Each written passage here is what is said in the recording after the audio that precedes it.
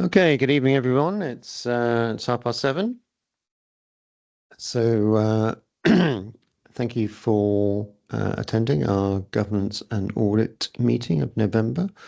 This is an additional meeting convened so that our external auditors, KPMG, can give us an update on the audit plan. And I'd like to welcome Adam Bunting and Duncan Laird from KPMG to the meeting. Any apologies for absence? Yes, Chair, I've had apologies from Councillor Bidwell and Councillor Neil, who will be a few minutes late but does intend to be with us. And I've got Councillor Hafferty and our independent member, Diana Anderson, joining online. Could you just both confirm that you can see and hear us okay, Councillor Hafferty and Diana Anderson? Yep, I can see and hear you. All good here. Thanks. Thank you very much. Oh, Diana's on mute, but I think Yes, I can. Thank you. Thank you very much. Right. Okay. Item 2, declarations of interest. Are there any declarations of pecuniary or affected interest in respect of any matter that we're considering this evening? Okay, can't see any. So we can move to item 3, which is to look at and approve the minutes of the previous meeting.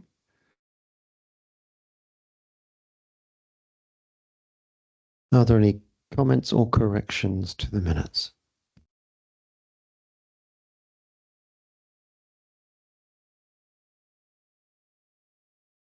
In that case, I propose that the minutes are adopted as a correct record and ask for a seconder, please.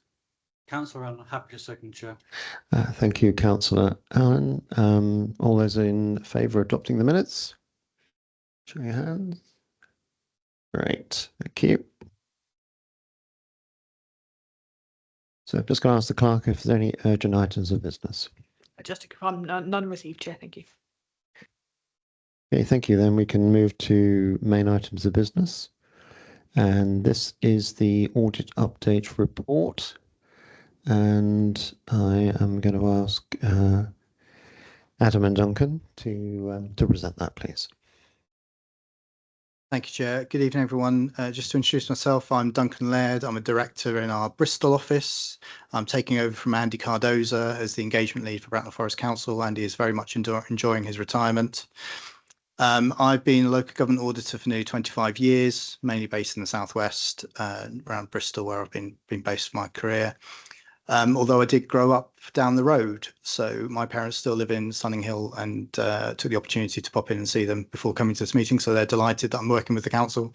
Very happy to be here, but I will pass over to Adam to take you through our report this evening. Thank you. Thank you. This report basically provides an outline of where we are currently with the audit. We are required by statute to bring you this report before the November, which is why we request an additional meeting. It does provide a position statement. So as it says, both the audit and the financial statement, the value for money work, are both ongoing. We will reissue a version of this later on once that's completed, but I will work you through the key matters that are in there currently.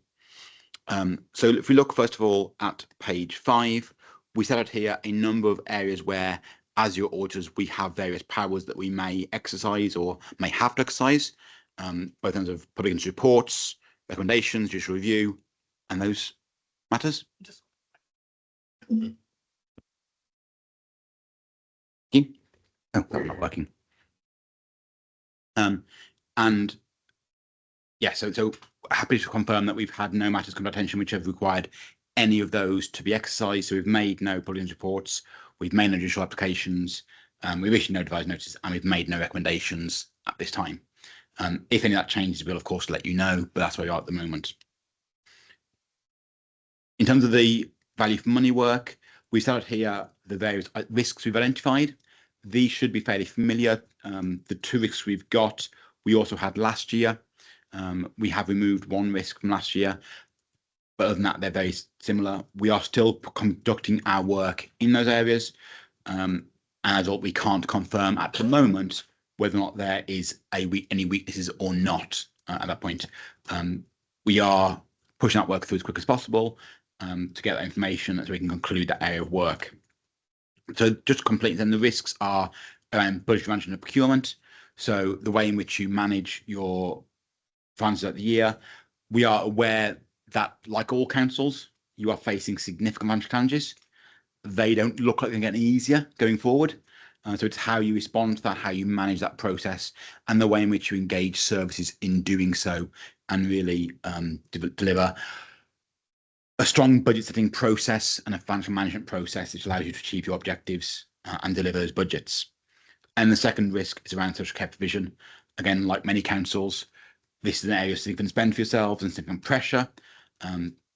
Often what we see is the level of demand for these sort of care is increasing faster than any funding you're getting is increasing. And therefore that creates pressures for yourselves to manage.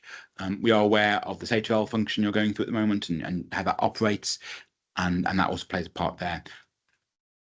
So those are the two risks we've got identified at the moment, similar to last year. We are finishing that work on that. Similarly, we are finishing our work on the financial statement audit, which is also well progressed.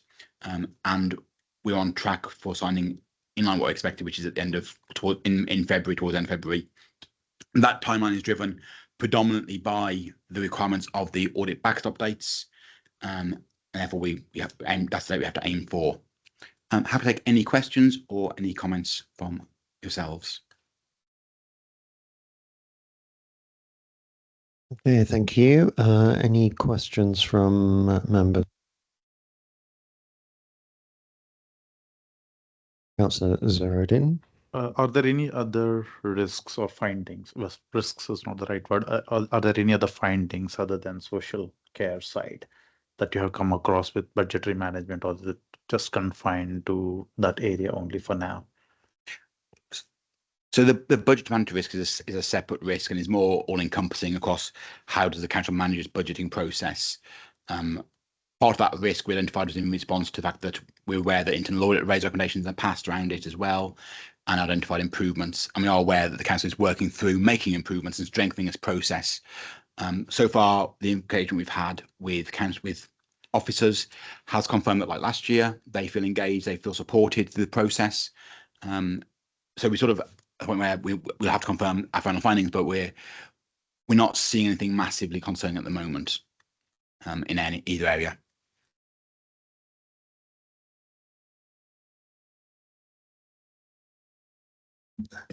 Okay, well, I have a question then.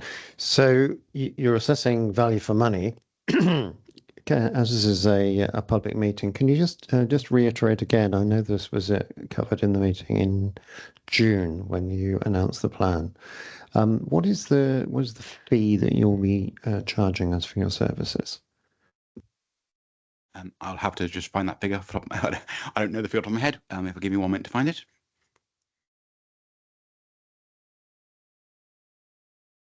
If I may share, I can probably help because I did happen to have a look at that earlier. So it's around £340,000 is the total audit fee, subject to any variations that are submitted. Okay. And am I correct in thinking that in the last financial statements it was around about £200,000? Or have I got that wrong? The audit fee has significantly increased since KPMG took over for the 23-24 accounts, not because KPMG are charging us more than they did previously, because it was a completely different tender procurement process for it. So the audit fees have been, so it's slightly higher for the 24-25 audit than 23-24, not dramatically so. Just to expand on that slightly, the scale fees that we charge are set by PSA. We are told them. It's not something that we set ourselves. They set the fee. The scale fee for last year was £303,000, plus some variations around implementation of various ISAs that had come into effect, and also BFM work, additional work. The scale fee for 24-25 is £330,000, again, plus some variations in there. But those fees are both set by PSCA, and we are told them as much as you are. Okay, so I understand that the PSA has a list of auditing firms that are approved to do this. How many firms are on that list?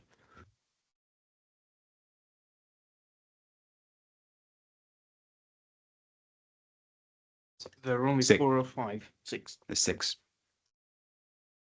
Okay, so we have a very low number of firms bidding for a very significant number of local authorities that need auditing. Is that right? So there are 6 on the framework. I don't know if more may have bid for it and not been successful in the bid, but there are 6 on the framework to deliver the audits now. Okay, so coming back to the value for money, so you've explained how much the council is going to pay for your services. The report so far doesn't seem to have surfaced any major issues that are going to be helpful to the council in the light of our financial pressures. Can you comment on that, please? So the value of an audit, I would say, is not just in finding issues. An audit costs an amount of work to do. It takes an amount of time, an amount of effort to deliver an audit for an entity of this scale and this complexity. And there is a value in a clean opinion, even if an audit had no issues at all, found no recommendations, found no adjustments, and said yes, everything's going smoothly. That audit still has value, because it's that audit which tells your shareholders or stakeholders, sorry, and your electorate that actually the accounts you're presenting are appropriate and accurate. Now, we recognise at the moment we're in a situation where those opinions are disclaimed, but we have made very clear in our opinion what the basis disclaimer is, and therefore what assurances people can take from it. But just really, it is purely down to the cost that it takes to deliver an audit.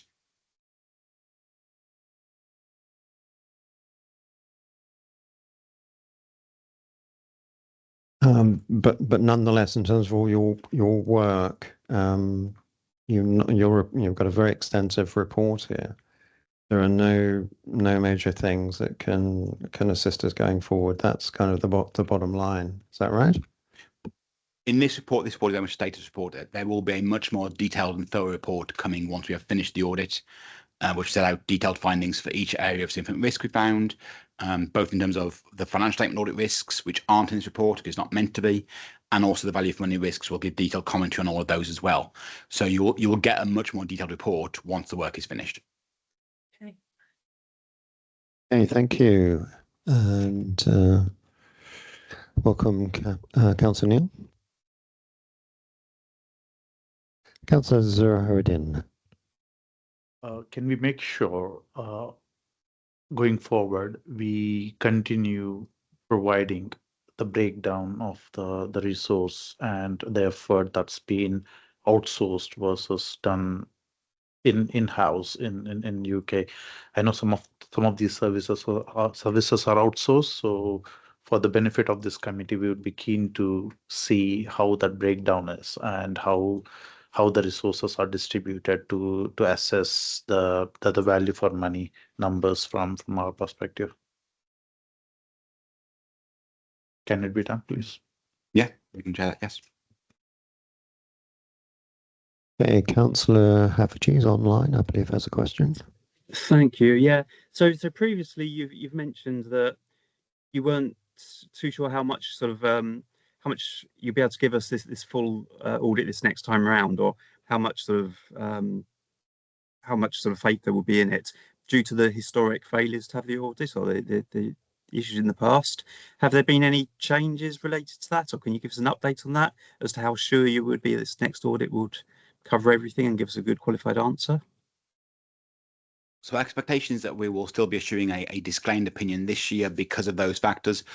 But whereas last year there were a number of areas where we couldn't finish the in-year audit work, this year we're anticipating finishing all the in-year work, and it'll only be the prior year stuff that is left outstanding.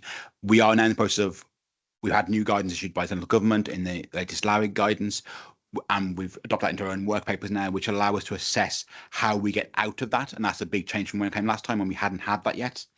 The problem is doing that, getting out of that position does take more work, and therefore we're currently working with your staff to work out when is the best time to do that. One challenge is obviously we're sort of falling now into your budgeting process time, and therefore that creates a sort of a challenge of you can't do everything at once. Best world in the world for your staff, they'd love to do everything at once, but they have to prioritize and choose what works, and same for us as well. So it is likely that some of that work will have to leave until later. But what we'll have is a very clear view of how we get out of here to get that conclusion finished. So this year, I think, will be disclaimed, but that will have a clear plan for how we resolve that, which is the big change from last time we spoke. Okay, thank you.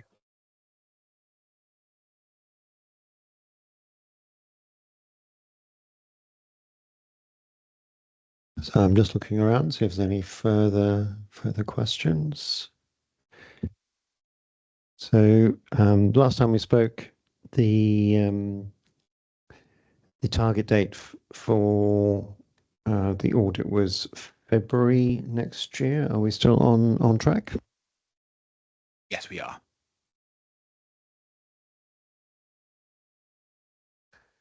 Just coming back to how audit fees are set for local authorities. I think you mentioned the organisation called the PSA. Can you just take us through how they go about setting those fees and why it's such a limited number of companies which are on the list? I can't speak to the detail of how PSA set the fees themselves, but they went through a national procurement exercise based on the number of local authorities who opted in to that exercise. There are always a couple of councils who don't choose to do that and wish to appoint their own auditors, like Cornwall Council, for example, always go their own way. But once they have they know how many people are going to be, how many councils are going to be within this procurement exercise, they then opened the floor up to bids from companies who could demonstrate that they had the requisite experience and capability and capacity to be able to deliver the national contracts, and they carved up the contract into various lots to combine authorities into a size that different firms could take on the work. Yeah, I'm just curious. Obviously, there's a significant number of auditing firms in the UK. Why is the list only just a handful of firms? I think it's partly that in order to be able to sign off local authority accounts, you have to have what's called key audit partner status, and you have to demonstrate that you've got a track record of having already delivered local audit work, which is local government and NHS. There are a limited number of key audit partners in the country, and those are very much linked to the firms that took on the ex-Audit Commission staff when the Audit Commission was abolished. So there were a small number of firms who took on that work, and the people who are therefore qualified to do local authority accounting are very much linked to those firms who took on the Audit Commission staff. Okay, so the local authority that went outside that process, what was their do you know what? I know you may not know, but I'm just asking if you do. What was their motivation for doing that? Sorry, they very much wanted to be in Cornwall. They wanted local auditors. They wanted people to be able to demonstrate that they had a local Cornish presence. And so the firms that were eligible to bid for that contract were only the ones who would be able to demonstrate they could do local audit work, but also could demonstrate that they had an office in Cornwall. Okay, so I'm not familiar with the actual list, but are they all very big firms? I mean, you mentioned the Cornwall situation. Is it a smaller firm? It's I believe it's Grant Thornton who do the majority of local government audit work across the country. The other firms who are accredited to do, or certainly are on the PSAA contract, are a lot of people who have done it historically. So ourselves, Grant Thornton, Ernst & Young, but also some smaller firms have joined the market, people like Bishop Fleming and Azetts, which is part of the intention of the latest procurement was to bring new entrants into the market. Okay, excellent. Thanks for the background to the process. Thank you.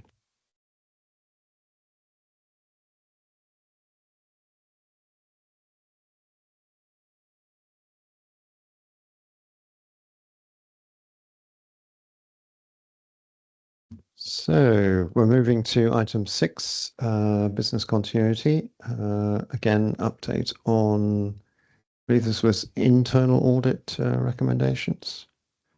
And I believe Nathan is going to report for us.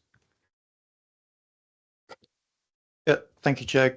Good evening, members. My name is Damien James. I'm the Assistant Director for Contract Services and the Service Lead for Emergency Planning within the Council. So thank you for the invite to talk through the progress on the Council's business continuity audit, which we've got some slides on in a second, which are in your pack.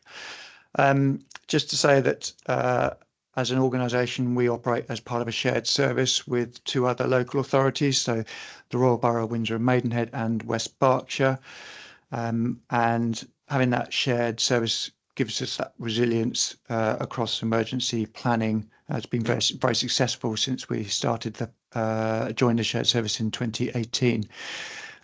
Nathan is here. Nathan Crockford is a senior emergency planning officer. He's here from the Joint Emergency Planning Unit, and he will take you through the slides in the pack. Thank you, Chair. Chair, thank you very much. If you don't mind, I would talk through the slides. Are we able to show the slides? Oh, they're up there. Brilliant stuff. Sorry, I was looking at the wrong screen. Okay, so if I can go to, the first action number 1, please. Although this is completed, I just want to kind of put some context around this. We have 26 business continuity plans and 54 business impact analysis documents, and each of these are reviewed on an annual basis. So we now have a documentation system which covers the entire council. So every service that requires a business impact or a business continuity plan has a plan. With all the documentation being complete, we've now uploaded this to SharePoint, and we also use a government platform called Resilience Direct, which means that all our plans, all our business continuity plans, are actually off Bracknell system, and that allows us to give that assurance that even our business continuity is backed up in a place where it's not, held locally. The action number 2, and again, we're requesting an extension on this one, is the corporate business continuity plan, and I will explain a little bit more of that in a second, is in draft and it's ready to be submitted. However, it's very much dependent on a number of other documents which support that around the emergency planning response framework. So those documents are going through their own consultation at the moment, and once they've gone through their consultation, any changes to those will then be reflected within the business continuity, the corporate business continuity plan, and that'll be put forward to the CMT forward plan. Action number 3, again, this is complete, but we've learned a great deal from doing this work, and the organisational changes or changes to infrastructure, the mapping process going through that has allowed us to identify any interdependencies between services and anything we want to pick up on, and it's allowed us to identify a number of points of failure. So that work is ongoing, that will continue as it has done so far. Action number 5, please. That's fine. So although, again, this action is complete, the mandatory business continuity training, all managers are encouraged to attend two courses effectively. One is how to write a business continuity plan. So far, we've had 4 of those courses across the last year, and we've had over a dozen Bracknell staff attending those. And the second course which we're looking to run in the new year is how to respond and coordinate a business continuity event on varying scales. This can happen now because we've got the other documentation to go alongside it. So there's guidance documents that each of the officers can use. Action number 6, similar to action number 2, it's very much about aligning and making sure that all our documentation is aligned. We use the same terminology. One thing we've noticed is in the emergency planning world, we have lots of acronyms and lots of different terminology we may use. So to bring those more in line gives everybody a bit more confidence that they actually know what they're understanding and what they're doing. And also, sorry, just on that one about the business continuity reporting structure. We now have a reporting structure in place using MS Teams forms, which allows us to gather information about events that may have happened. These will be analysed through the Strategic Risk Management Group, and also our business continuity liaison officers will meet on a quarterly basis to look at those as well. And action number 7, please. So alignment with the IT disaster recovery plan has been happening. We've been doing lots of really good work on that over the last 18 months, bringing those two services together. The next phase in that process now we've agreed the tier document, which you can see on the last slide, is to sit down with each of those services which are identified within that tiered approach and start to understand what IT and what an IT outage would actually look to them, and what the impact may be. That's 12 services that we'll work through over the next couple of months to understand what that means. These conversations are going to be much more, we understand much more what we're talking about now, because we've done a lot of work over the course of the summer through the National Cybersecurity Council exercise in the box, and that's allowed us to be much more informed about what those conversations are and understand the impact much better. Action number 8, and apologies, number 7, number 8, asking for an extension on those two. This action will progress really quickly now because we've got the courses in place. We've got a new training prospectus which comes out in January, February, and we're looking to do a 5-day exercise in the spring of next year. The exercise itself will look at testing all of those plans that we've already mentioned through this 5-day scenario, where we're potentially going to lose up to 60% of our staff through a hypothetical tabletop exercise, and some single points of failure like the section 151 officer, and how we can cover that through the business continuity.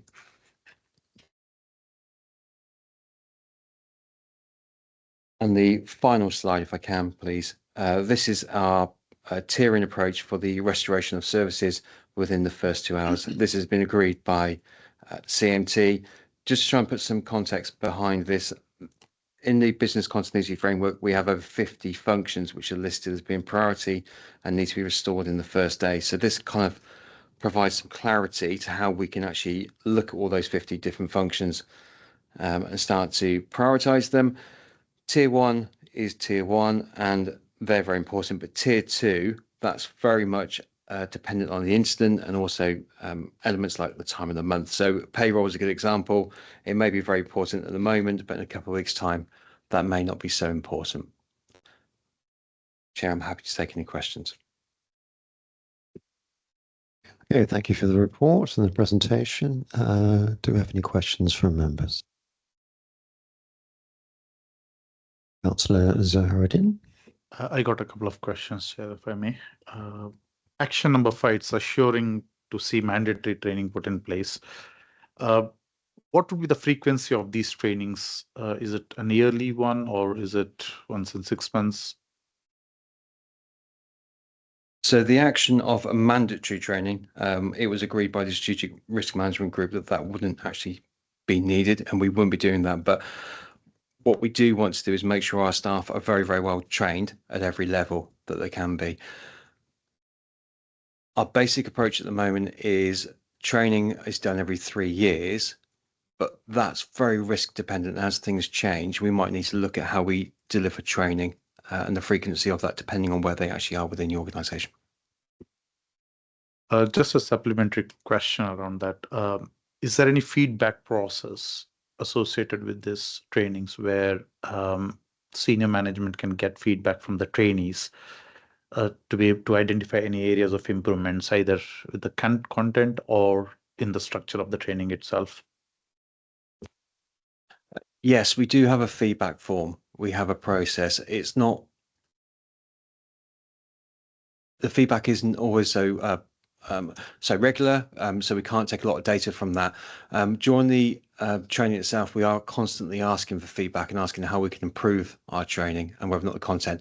I think our kind of test on it is whether or not the plans going forward and their responses when we do exercises actually seem like they're embedded. That's our kind of test. Okay, Councillor Haffajee is online, has a question. Thanks. Yeah, just a couple of quick ones. First one, is there no action number 4? Have I missed something there? And the second one is all the dates you've given there, all those dates, do you feel they're all achievable? Thanks. Chair, if I may, through you, pick up that question. So action number 4, so was part of the original audit. This has been a revisit of the audit. So we've already completed some previous actions which are no longer shown on here. And yes, we have. We are sure that we will meet those new deadlines on the orange or amber risks that are presented in the slides. Thanks.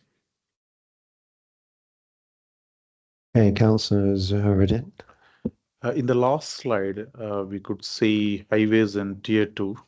So I'm just curious to understand if you could throw some light on what's the rationale behind categorizing highways as tier 2. If you could just throw some light on that, please.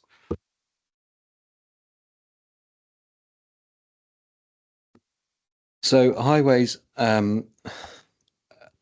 again, we have a number of statutory duties there regarding fixing potholes and general duties in the times we have, but we always have pinch points, and that's why it's there. So this time of year, highways is critically important.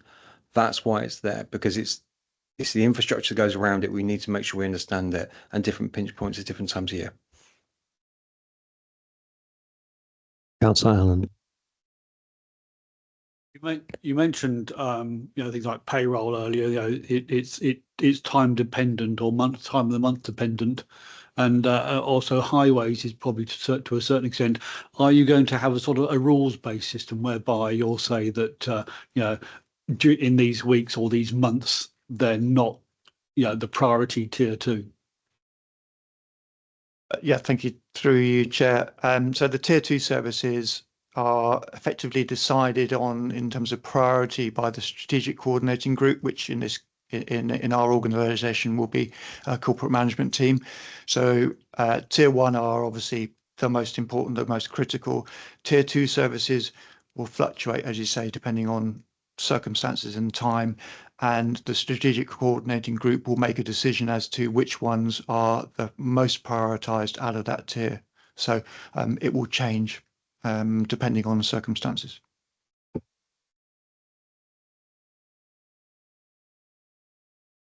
Okay, so yeah, I have a question. It's on action number 8.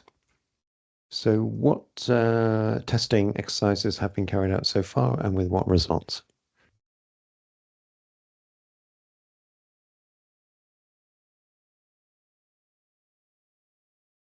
Thank you.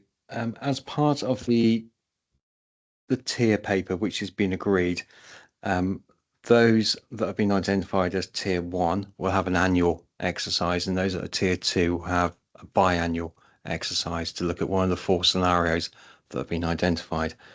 At the moment, it's been very much we did a cyber-based a loss of ICT a couple of years ago, which gave us a number of things, but since then it's been a little bit hit and miss here and there. This to give it a lot more structure around that to make sure we can actually get that evidence and we can make sure we are progressing properly. Okay, so just a point of clarification. So when it says RAG status in progress, completion April 2026, what does in progress mean? Because you're referring to an exercise that was carried out a little while ago. So, Chair, the overview states that we've got the agreement of the tier paper, which we've talked about already and is shown on the last slide. We will be scheduling those tier 1 and tier 2 services against the scenarios that have been agreed in the tier paper, and we have approval for a 5-day service-wide business continuity exercise to be held in the spring.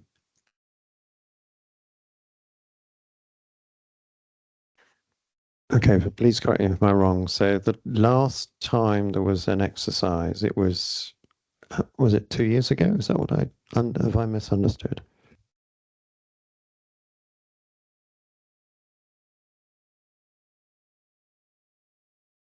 I don't know the exact date, but yes, probably 2 years ago when we did a council-wide exercise to look at the prioritisation and the restoration of services. Okay, I'm sure you've heard the old adage: if it's not tested, it probably doesn't work. So I'm a little bit concerned that without regular testing, we've got a lot of testing to do between now and April, that we are running some risks. Is that a correct assessment?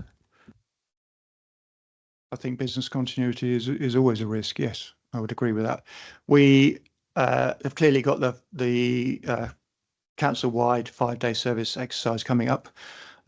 We won't be undertaking all of those tier 1 and tier 2 exercises before the end of April, but we will have them in place through the next financial year. Okay, so when will the first of the tests be carried out? Do you have an actual date for that? Well, late February, early March. Okay, so could I request that when you've run that test, that you come back to the committee and give us an update on the robustness of your plans as tested in the scenario, please?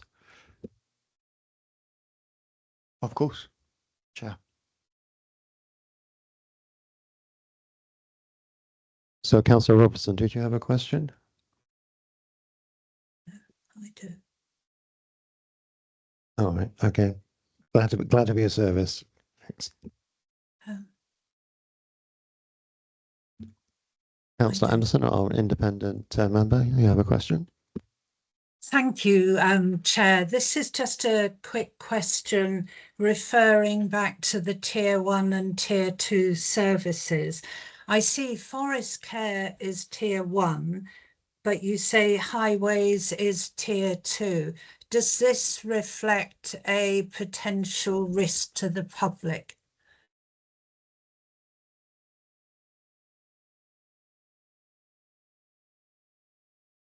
Apologies. Can I just clarify in what way?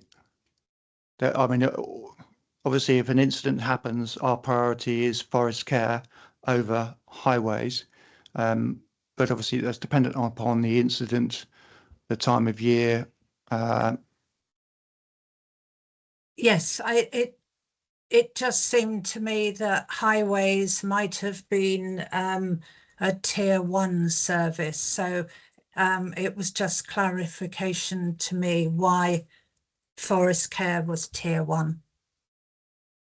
So through you, Chair, forest care is our critical 24-hour out of emergency service, effectively managing and running incidents through that. It's the main contact for the blue light services.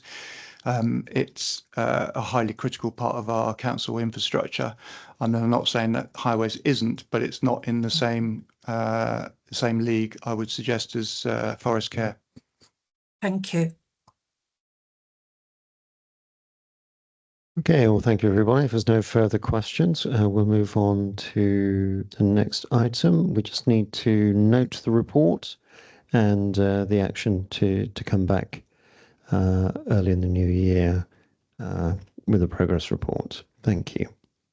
So item 7, it's the review of the public participation schemes for public meetings. There will be a vote on this, and I'm asking Sanjay to introduce the report. Thank you, Chair. This is the latest, this report constitutes the latest tranche of amendments to the Constitution. Currently, there is no constitutional or no consistent process for public speaking across the whole range of council meetings or public meetings. We do have a scheme currently for council meetings and for overview and scrutiny in the Constitution, but other schemes are referenced on the website. They're not part of the Constitution. So all of these schemes currently lack consistency in presentation and also in explaining the rights and the responsibilities of the public when seeking to participate in meetings.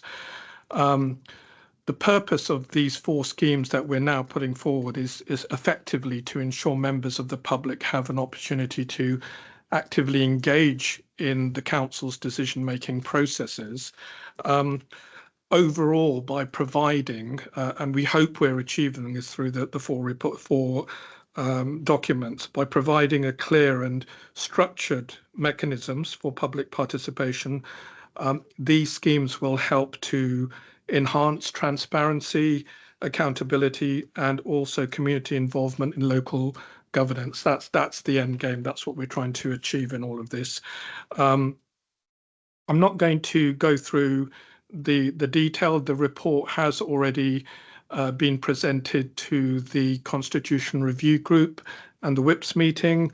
You will note that the 4 schemes that we've now presented or are proposing for approval by council in January now all follow the same template. So that helps with consistency. And from the point of view of members of the public, what we do want to do is to implement this, create a program for implementation by the beginning of the next municipal year. And as part of that, there will be a comms plan to ensure that members of the public are aware and understand the schemes and the details that are set out in terms of aspects such as time limits for public speaking, notice periods, what is permissible, what isn't permissible, and how the council will respond to certain submissions, such as petitions. That's all set out in each of the 4 documents. I'm not proposing to go through those in any detail, but I'm happy to take any questions you may have. Thank you. Okay, questions from members, and I can see that Councillor Zaharuddin has a question. I got few questions, Chair, and I also have a proposal. First, I'll start with my questions. How does the scheme intends to cover cases where multiple speakers would propose to represent a case? Like if I take planning committee as an example, if multiple residents come across to participate in public speaking for the same case, so would that 3 minutes limit be per speaker, or would that 3 minutes be a consolidated, like would it be split across 1.5 minute, like how does the scheme covers this kind of scenarios? So for planning committee, I think there is a reference within the document itself, which basically says that in the first instance, the scheme will only be available if there are a certain amount of objections in the first instance.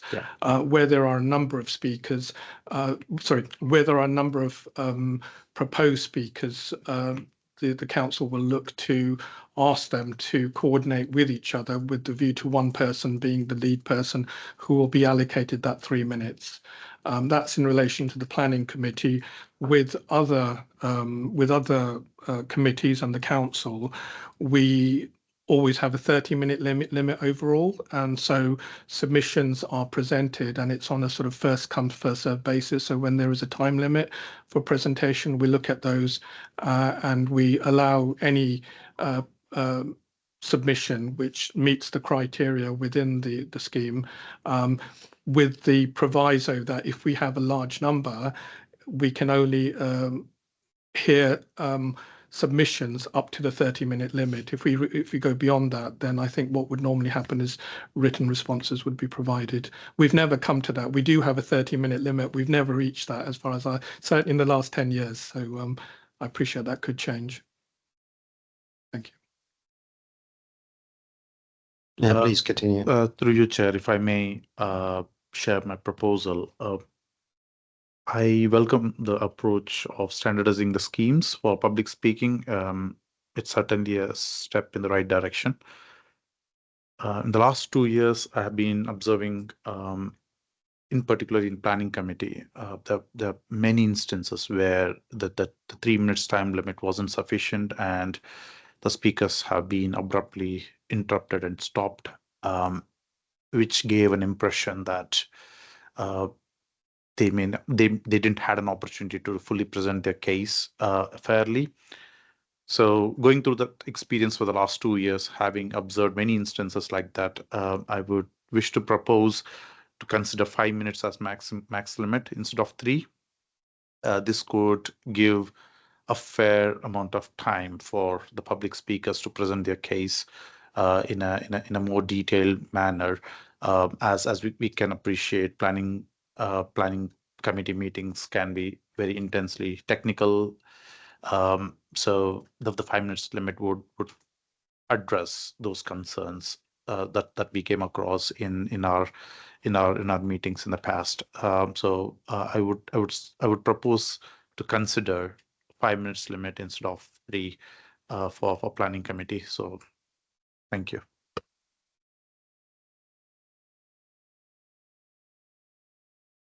Okay, would you like to respond to that proposal? Thank you, through the chair. Yeah, the 3 minute is just a reinstatement of the existing position. We didn't have any observations other than through the whips meeting, and I know, Chair, your the group, the Lib Dem group whip did mention that at the meeting, so I was anticipating the question. I don't see any particular problem with extending to 5 minutes, and I will adhere to whatever the wishes of this group is. Okay, so we heard the proposal. Just going to ask the clerk, what's the process from here on for this committee? Okay, so we don't need to see a written proposal. We can just take it as read, and we can vote on it to extend. So it's a consolidated speech representing one particular group. Yes. Councillor Allen, you have a question. Can I clarify that the 5 minutes only relates to planning, not to the other, council and other committees? Okay, is that right? The council, we've already got a 5 minute limit. The others are 3 minutes. So including planning. So I think the proposal is for the planning committee time limit to be extended from 3 to 5 minutes. And due to the reasons which were communicated by the councillor, yes, the technical nature of planning committee meetings and personal observations of that process.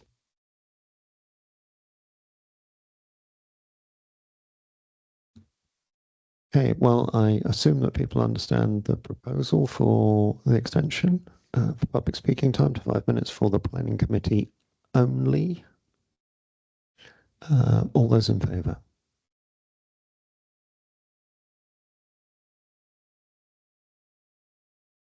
Oh, I do beg your pardon. Do I have a seconder? I second that, my own proposal. You can't propose it, yeah. So I'll be a proposer for the. You're proposing, yes. So okay. I propose that change. You propose the change, yes. Thank you.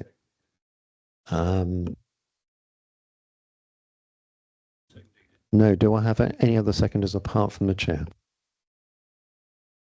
In that case, I'm going to second it. So we have a proposer, we have a seconder. We're all in order. Can I have a show of hands, please?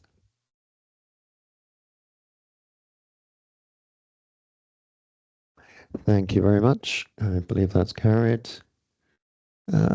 Councillors online, I'm sorry you don't get a vote.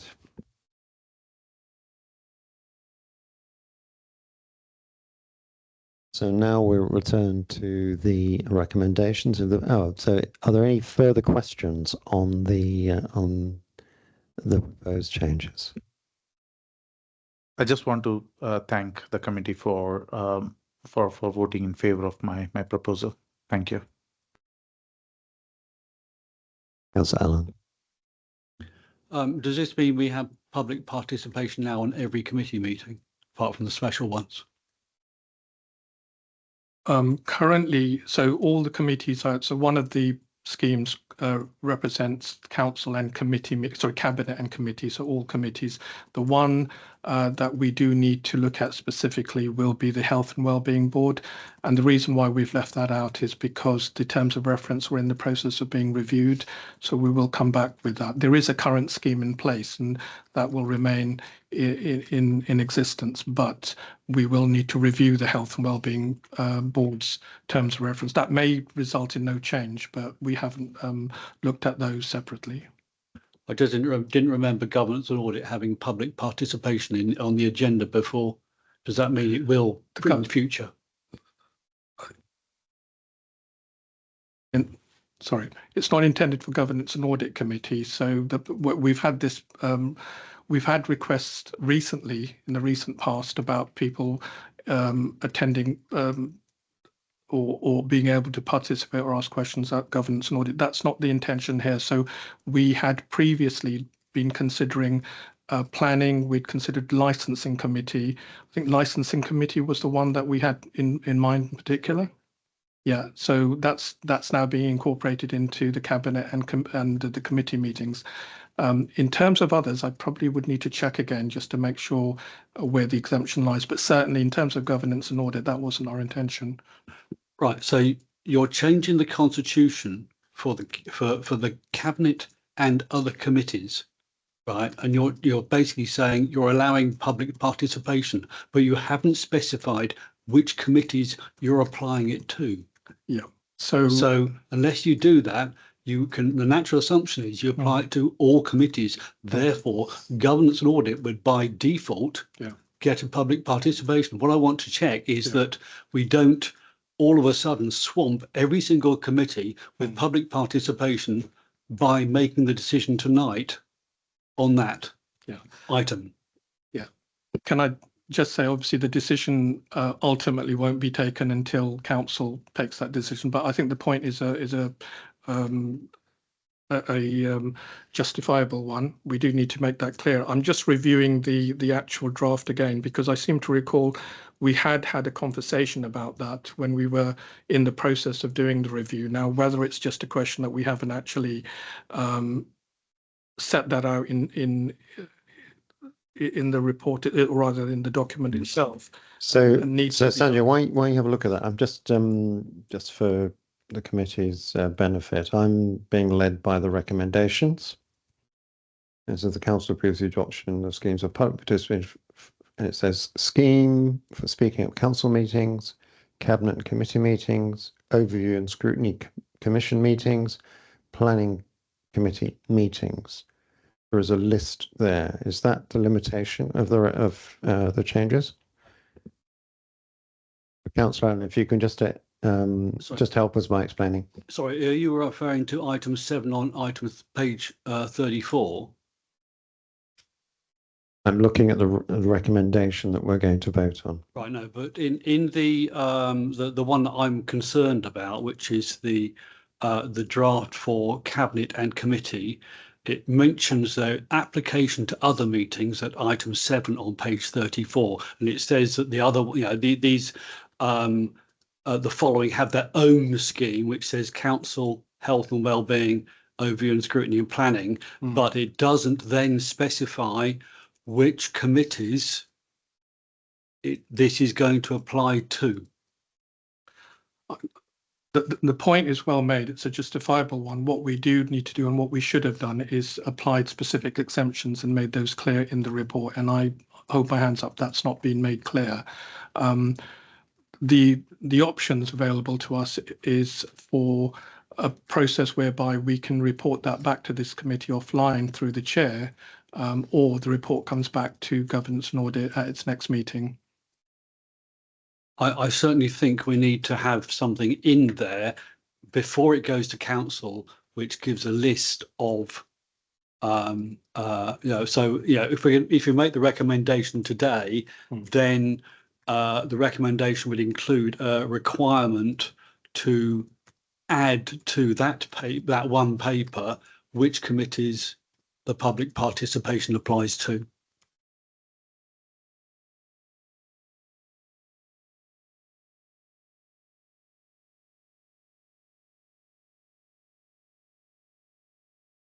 Sorry, I didn't. Just been looking at the report again because I was checking whether or not the cabinet and committee version does make that reference. It clearly doesn't, so your point is well made. So yes, there is a deficit in the report.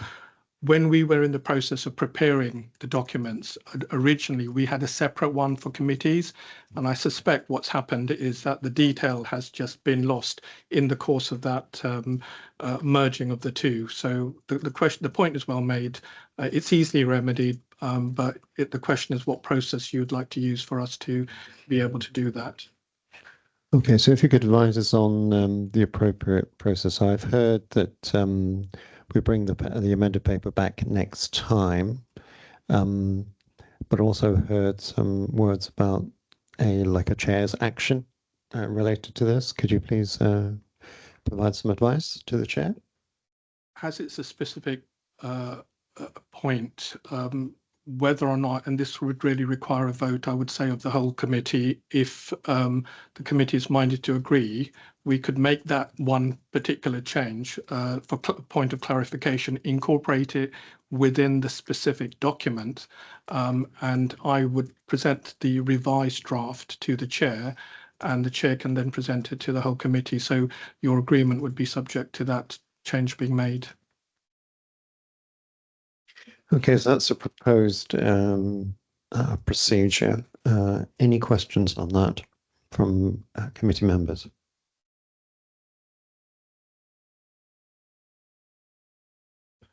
Okay, so no questions. So I'm going to assume that that's the preferred modus operandi for resolving this. I'd just like to thank Councillor Allen for pointing out the inconsistency between the recommendations and the report. Thank you very much.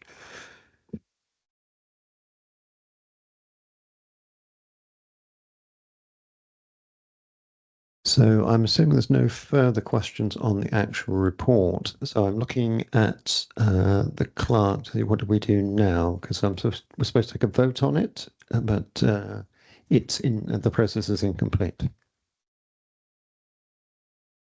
Councillor Allen? I'm actually happy to propose the recommendations at item 3 on the agenda, with the caveat that the decision on the cabinet and committee meetings public participation list of meetings is sorted out prior to the full council meeting. And if someone would like to second that, I'm happy. Yes, I'll second that.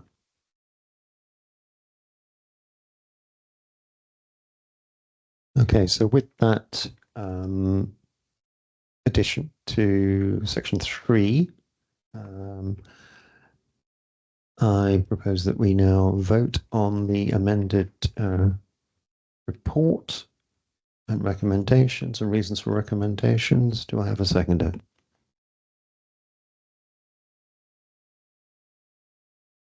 All right, fantastic. Good news. Okay, all in favour of what we've just said? Thank you very much.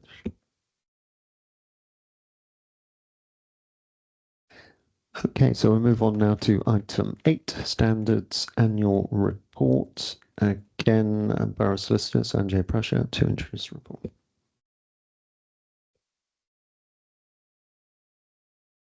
Thank you, Chair. So this is a report which sets out the detail of standards activity during the financial year 2024 to 2025. It's in the same format as previous years, so it sets out in a separate annex the number of complaints and the types. So you will see the details of those within the body of the annex.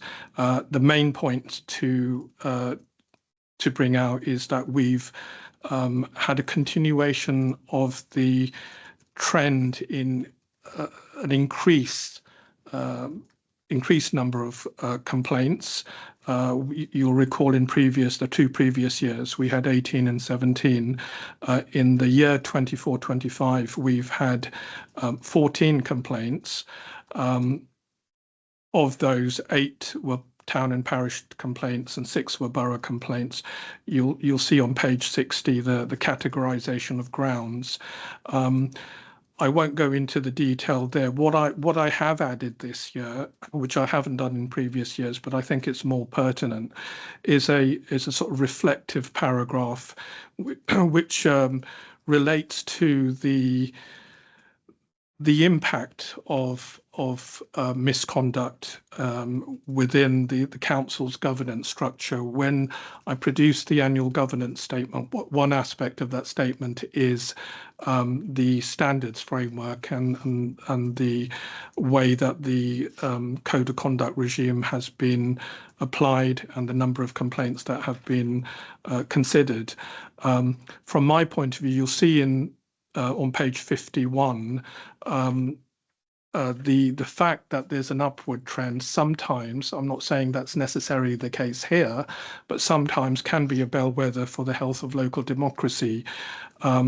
It also has an effect on the cost effectiveness of council operations, given the costs of dealing with complaints, and also on relationships as well, when there is a fundamental breakdown of relationships, particularly if that occurs between members.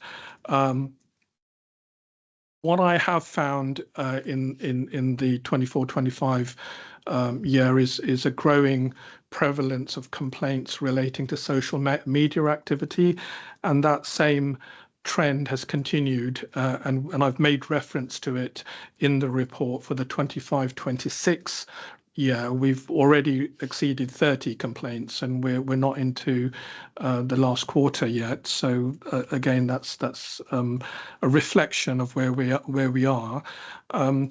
It's difficult to ascribe trends, partly because sometimes single issues can give rise to a number of complaints. We've had that in the past in 2023, where I think the numbers were inflated by the fact that we had one complaint about several councillors on the same set of facts. So we do need to take that into account. But generally, from the point of view of good governance, what we want to see is a reduction in complaints. Certainly during the conversation with the whips, there was a desire for the groups to try to intervene at early stages wherever possible, if those complaints were councillor to councillor, but not necessarily limited to those. And that was put across, and there was a consensus across the groups to look at that. Certainly when I receive a code of conduct complaint, I notify the subject member, the councillor, but I would also notify the group whip, and that's a process which was agreed originally with the Conservative ruling group under the previous administration, but has continued across the board since 2023. So the groups are involved at the outset, they are aware at the outset, and they have the freedom to initiate their own procedures under their own constitution. So as I said, it's a question about, good governance, and it's a question about making sure that we are trying to deal with misconduct issues in a informal way. What I do find is a lot of those complaints that do come to me tend to be fairly low level in the overall scheme of things. Occasionally there might be something which exceeds a certain threshold, which has public interest. But more often than not, it tends to be tit for tat between councillors, and it's not really a good use of the procedure. It's almost a politicisation of the procedure, and that's something we want to try to move away from. The final point I'd just like to make is that in December 24, the government issued a consultation process to look at the whole standards framework, because there's been a lot of dissatisfaction across the country in councillor circles and amongst monitoring officers that the current arrangements don't work. They don't provide a sufficient deterrent. The government last week have initiated or have published their proposals following the end of that consultation. Those proposals are quite far-reaching. They are indicating that as soon as parliamentary time allows, and you can read into that what you wish. As soon as parliamentary time allows, they will legislate on the regime, and there will be a number of proposals within the within the draft bill that will be initiated. Those will include a requirement for a single code of conduct, which will be a single uniform one across the country. There will also be a requirement for a standards committee. There will also be reintroduction of sanctions relating to suspension as well in certain instances. And from my point of view, interestingly, there will also in certain instances be a right of appeal, which doesn't apply at the moment. All of those are proposals, so I'm not mentioning them in the report at the moment, though I am just sharing those with you as part of this presentation. But beyond that, I think the report is a factual report. The figures speak for themselves, and I'm happy to take any comments. Thank you. Okay, so it's questions from members. Councillor Allen.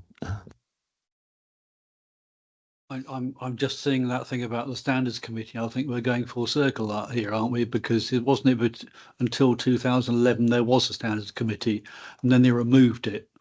So we're going back to the original setting.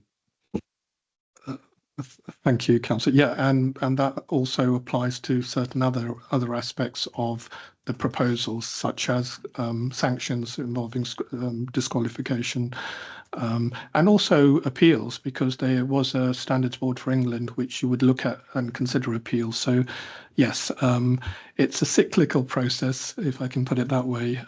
But as I said, I just want to emphasise these are just proposals at the moment. They've not been put in any form as a bill in Parliament as yet. Councillor Zaharuddin. That's a really well put together report, Sanjay. So just a suggestion: is it possible to put across a cost to kind of give the real impact of all these numbers? It could be a deterrent to in some cases. I think it's very important both complaints and complainants understand there is a cost involved. There is an effort and there's a process that goes behind this. Whilst complaints are encouraged, and people should be able to complain where it is really in public interest, and of course any misconduct, bullying, absolutely. But at the same time, the process also needs to present the cost of it. So until we really show and quantify in numbers on what it means to the council, at the end of the day, it's a taxpayers' money. Is it possible to put across some numbers? If it doesn't have to be absolutely pinpoint accurate, but an approximate numbers. Thank you, Councillor. The numbers can be notional numbers for my time and my colleagues' time. What we've put in the report is the number of hours. So obviously we're not charging, we're an in-house team, but we could put a notional number. Sorry, I think that's still a cost in my opinion. It is still a cost, so we can represent that, but I would have to asterisk that accordingly. We do have external costs in a couple of cases when we did send cases out for investigation. Those were not overall significant in the overall context of the numbers that will be coming through in next year's report, because in 2025-26 we've had a number of complaints relating to one particular issue and one particular councillor, or more than one particular councillor, where the cost has exceeded £15,000. In this report, I can specify the figure. It will probably be around 6,000 or 7,000, but I'm sure I can review invoices and put that in. At the moment, all I've put in is the internal time of about 165 hours. So you can, in terms of a working week, that's like, a month's worth of work. Yeah, thank you. Councillor Allen. I have to say I disagree with my fellow councillor on this one, that I think putting in a cost would be a very bad idea, because I think what we don't want to do actually, you might think that some of these are frivolous, but I don't think what we want to discourage people from putting in code of conduct complaints where they are legitimate, even, regardless of how long it takes to investigate.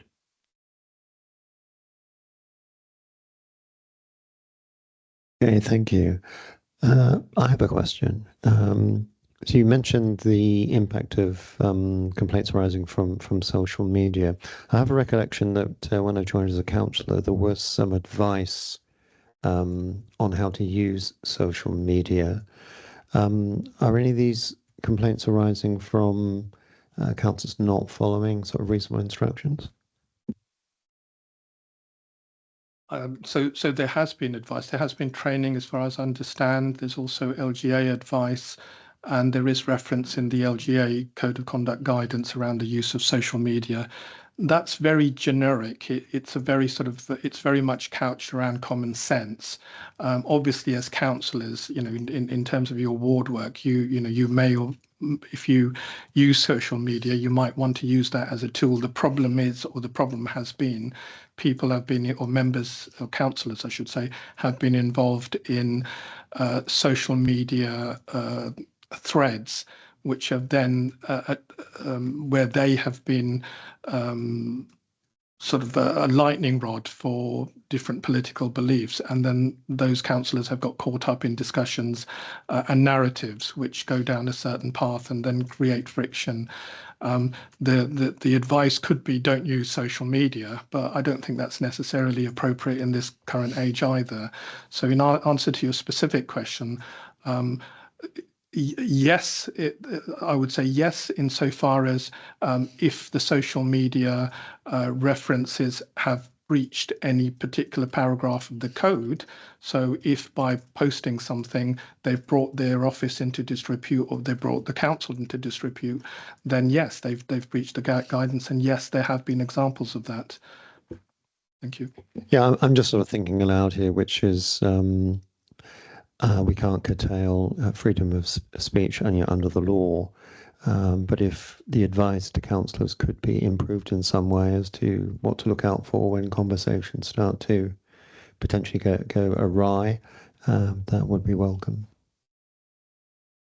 Thank you, Chair. Certainly happy to do that with my democratic services colleagues. We can use Democracy Snapshot as one tool, but also just an email out to all councillors, particularly when we have particular specific cases where the issue has come to light, without breaching any confidences. Thank you.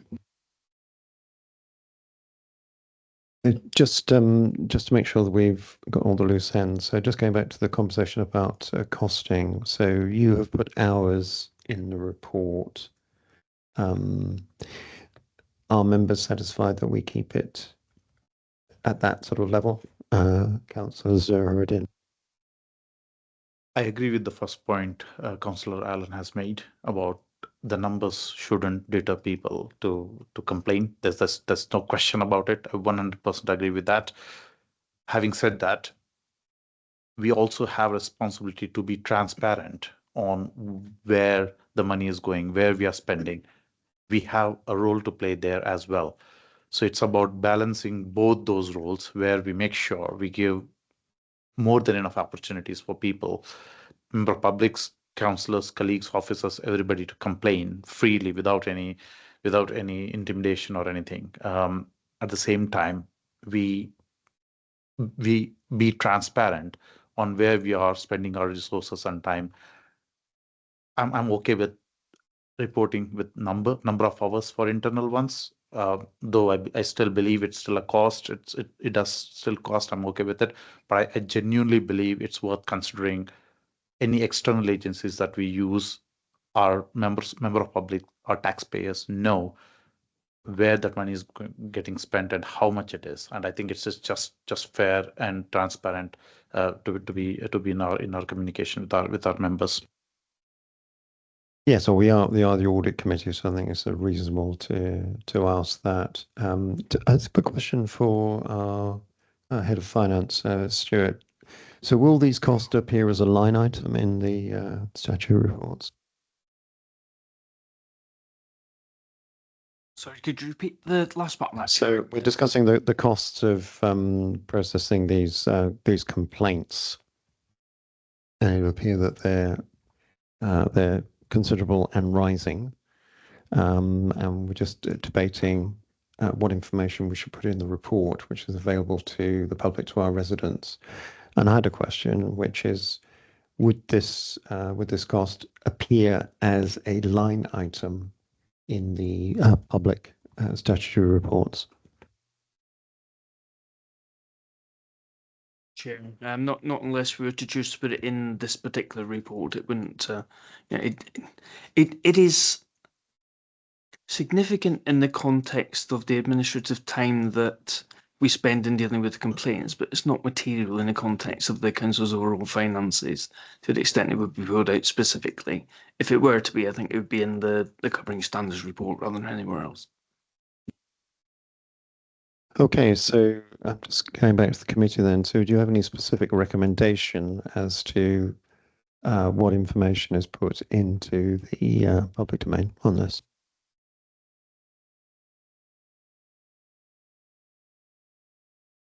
Councillor Allen. Personally, I'm happy to see the hours, but not the costs. I mean, the hours are an indication of the cost. You know, you read between the lines anyway.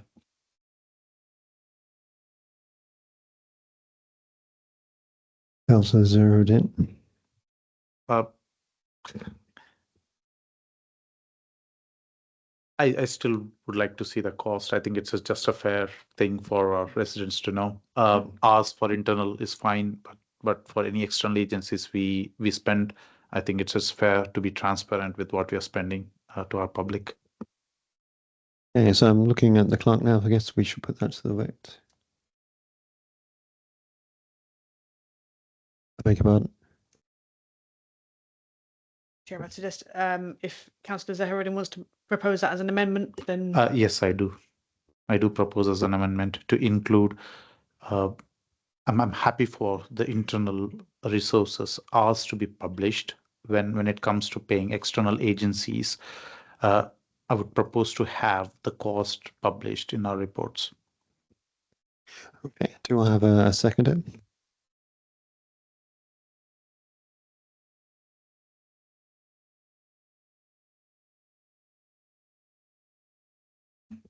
Okay, so there's no seconder for that. So I guess we go back to a discussion where we left off. Okay, but thank you for the debate.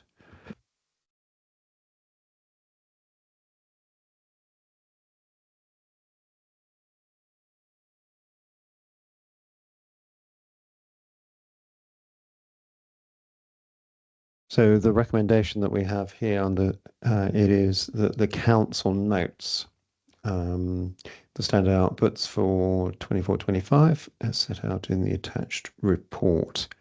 And are we voting on this one? Chair, I think, sorry, I've confused you in my notes. I think we don't need to vote on it, but if there was any recommendation to council, then it would be to make now, but I don't think there is. All right. Okay, fine. Thank you. Right, so it's duly noted. Thank you.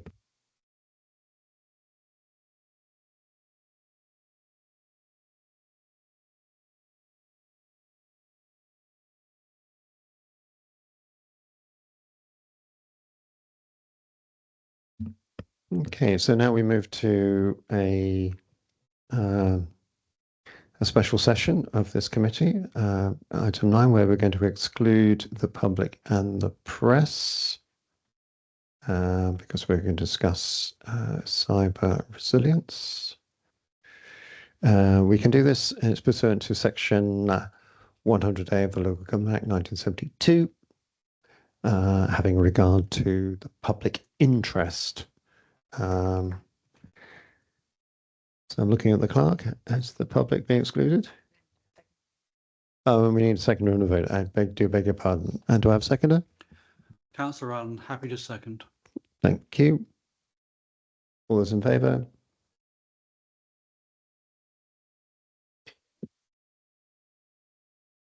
Okay.